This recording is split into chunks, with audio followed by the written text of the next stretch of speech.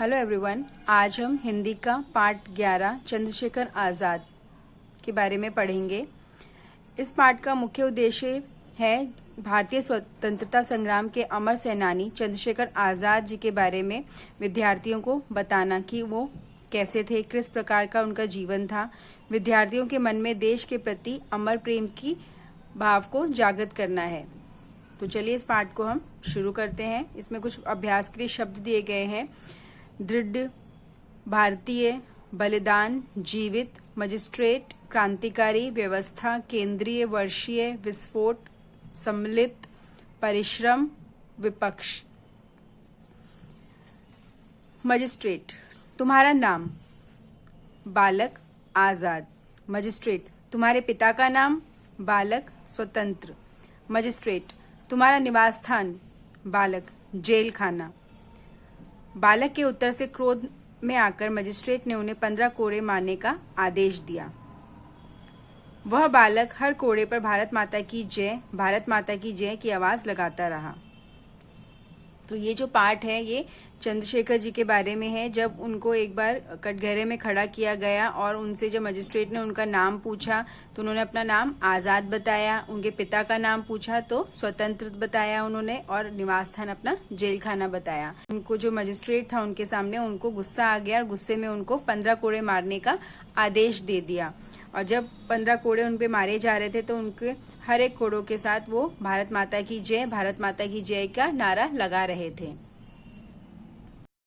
ऐसा वीर दृढ़ संकल्प बालक कोई और नहीं चंद्रशेखर आजाद था, जिसने भारतीय स्वतंत्रता की बलिवेदी पर अपने प्राणों का बलिदान दे दिया। जिसके बारे में हम अभी पढ़ रहे थे वो चंद्रशेखर आजाद जी के बारे में ही पढ़ रहे थे, जिन्होंने अपना नाम आजाद, पिता का नाम स्वतंत्र और अपना निवास स्थान जेल खाना बताया। तो इन जो चंद्रशेखर आजाद जी थे उन्होंने अपने कोई भी परवाह किए बिना ही अपने प्राणों का बलिदान दे दिया था। जीवित रहते हुए उसे कोई गुलाम ना बना सका। जब तक वो जीवित थे उन्हें कोई भी गुलाम नहीं बना सका था। चंद्रशेखर आजाद का जन्म 23 जुलाई 1906 को मध्य प्रदेश के भंवर ग्राम में हुआ था। उनके पिता का नाम सीताराम और माता का नाम जगरानी था। उनका जो जन्म हुआ था वो मध्य प्रदेश में हुआ था, भंवर नाम के गांव में, और उनके जो पिता थे उनका नाम था सीताराम और उनकी माता का नाम था जगरानी। इनके पिता अलीराजपुर राज्य में नौकरी करते थे। एक बार चंद्रशेखर ने अलीराजपुर के राजा के बाग से एक फल पिताजी से बिना पूछे तोड़ लिया। तब पिताजी अत्यंत क्रुद्ध हुए। उन्होंने कहा, जाकर माली से माफी मांगो, परंतु वह ऐसा करने के लिए तैयार नहीं हुए।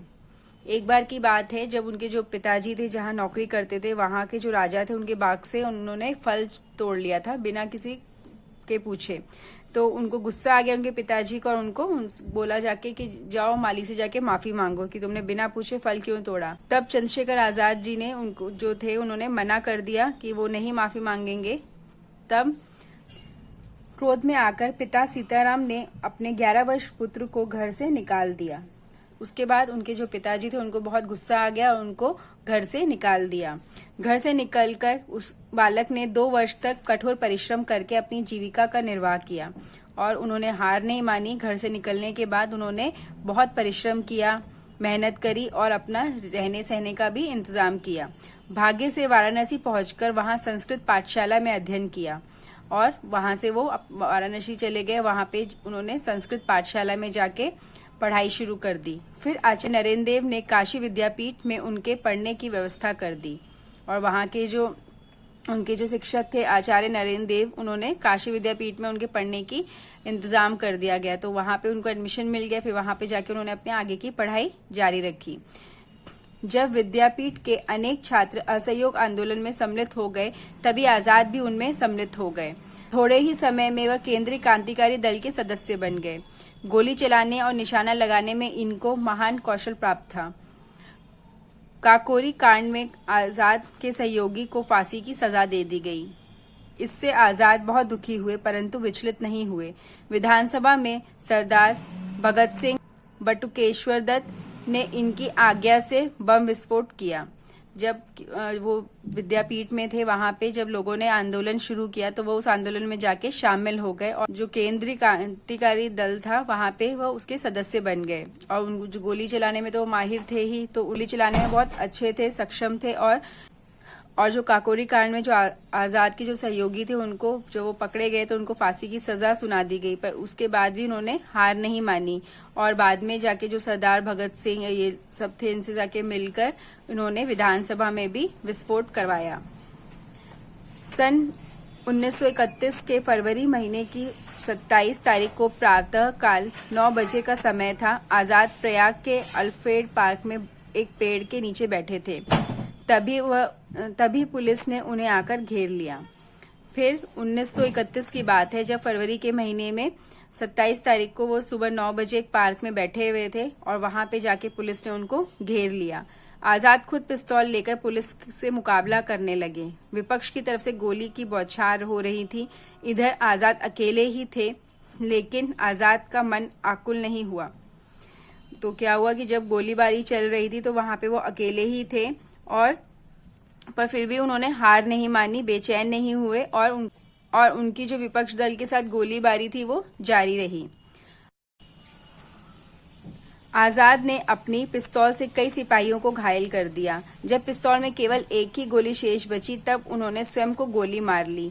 इस प्रकार स्वतंत्र चंद्रशेखर आजीवन स्वतंत्र ही रहे। यद्यपि आज चंद्रशेखर आजाद हमारे बीच नहीं है, परंतु वो अपने यश रूपी शरीर से आज भी जीवित हैं।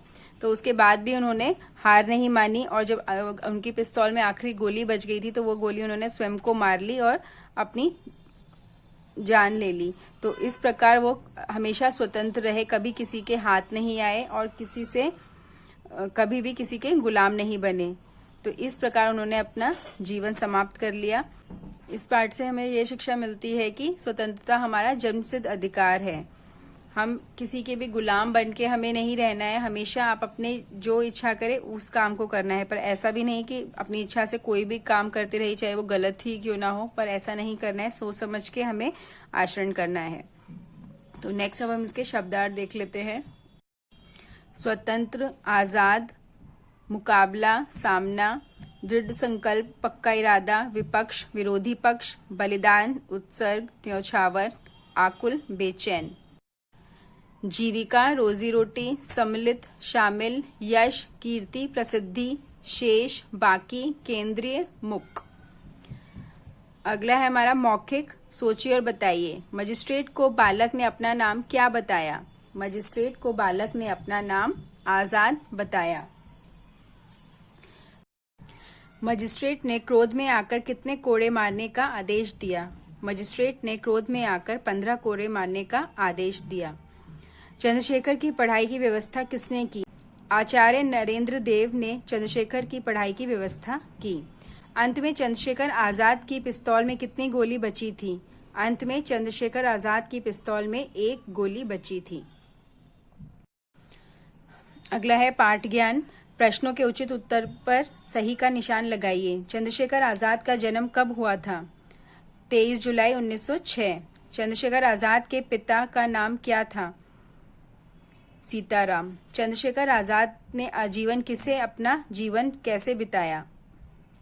स्वतंत्र। दिए गए शब्दों की मदद से खाली स्थान भरिए। भारतीय स्वतंत्रता की बलिवेदी पर अपने प्राणों का बलिदान दे दिया। चंद्रशेखर के पिता अलीराजपुर राज्य में नौकरी करते थे। बालक ने 2 वर्ष तक कठोर परिश्रम करके अपनी जीविका का निर्वाह किया। चंद्रशेखर थोड़े ही समय में केंद्रीय क्रांतिकारी दल के सदस्य बन गए। आजाद खुद पिस्तौल लेकर पुलिस से मुकाबला करने लगे। अगला है दिए गए प्रश्नों के उत्तर लिखिए। चंद्रशेखर आजाद का जन्म कब हुआ था? उनके माता पिता कौन थे? चंद्रशेखर आजाद का जन्म 23 जुलाई 1906 में हुआ था। उनके पिता का नाम सीताराम और माता का नाम जगरानी था। चंद्रशेखर आजाद को अपने पिता ने घर से क्यों निकाला? एक बार चंद्रशेखर ने पिताजी से बिना पूछे राजा के बाग से एक फल तोड़ लिया। तब पिताजी बहुत गुस्सा हुए और माली से जाकर माफी मांगने को कहा, परंतु चंद्रशेखर माफी मांगने के लिए तैयार नहीं हुए और उनके पिता ने क्रोध में आकर चंद्रशेखर को घर से बाहर निकाल दिया। आजाद को पुलिस ने कैसे घेरा? आजाद पार्क में एक पेड़ के नीचे बैठे थे, तभी पुलिस ने उन्हें आकर चारों ओर से घेर लिया। चंद्रशेखर आजाद ने अपने जीवन का अंत क्यों कर दिया? चंद्रशेखर आजाद ने अपने जीवन का अंत इसलिए कर लिया क्योंकि वह गुलाम नहीं बनना चाहते थे और वह जीवन स्वतंत्र ही रहे। अगला है भाषा ज्ञान। नीचे दिए गए शब्दों को समानार्थी शब्दों के सामने लिखिए। ये कुछ शब्द दिए गए हैं, इनके साथ आपको सही के आगे सही का उत्तर लिखना है। जैसे कृंद, नाराज, छात्र, विद्यार्थी, बहादुरी, वीरता, आदेश, आज्ञा, किस्मत, भाग्य, मुख्य, प्रधान, राजा, नृप, स्वतंत्रता, आजादी, उद्यान, बाग। अगला है दिए गए शब्दों को बहुवचन में बदलिए। गोली, गोलियां, कोड़ा, कोड़े, सदस्य, सदस्यों, बालक, बालकों, आंख, आंखें। दिए गए शब्दों का वाक्य में प्रयोग कीजिए। भारतीय, हम भारतीय हैं। बलिदान, वीरों ने आजादी पाने के लिए अपना बलिदान दे दिया। परिश्रम, हमें कठोर परिश्रम करना चाहिए। कृंद, हमें कृंद नहीं होना चाहिए। अध्ययन, हमें हमेशा समय पर अध्ययन करना चाहिए। अगला है शुद्ध शब्द पर गोला लगाइए। इनमें से जो सही है उन पे गोला लगाना है। पवित्र, ओझल, सहायता, ज्ञान, आश्चर्य, प्रसिद्ध। तो इसी के साथ ये पाठ हमारा यहीं पे पूरा होता है। अब हम मिलेंगे अगले पाठ के साथ। Thank you.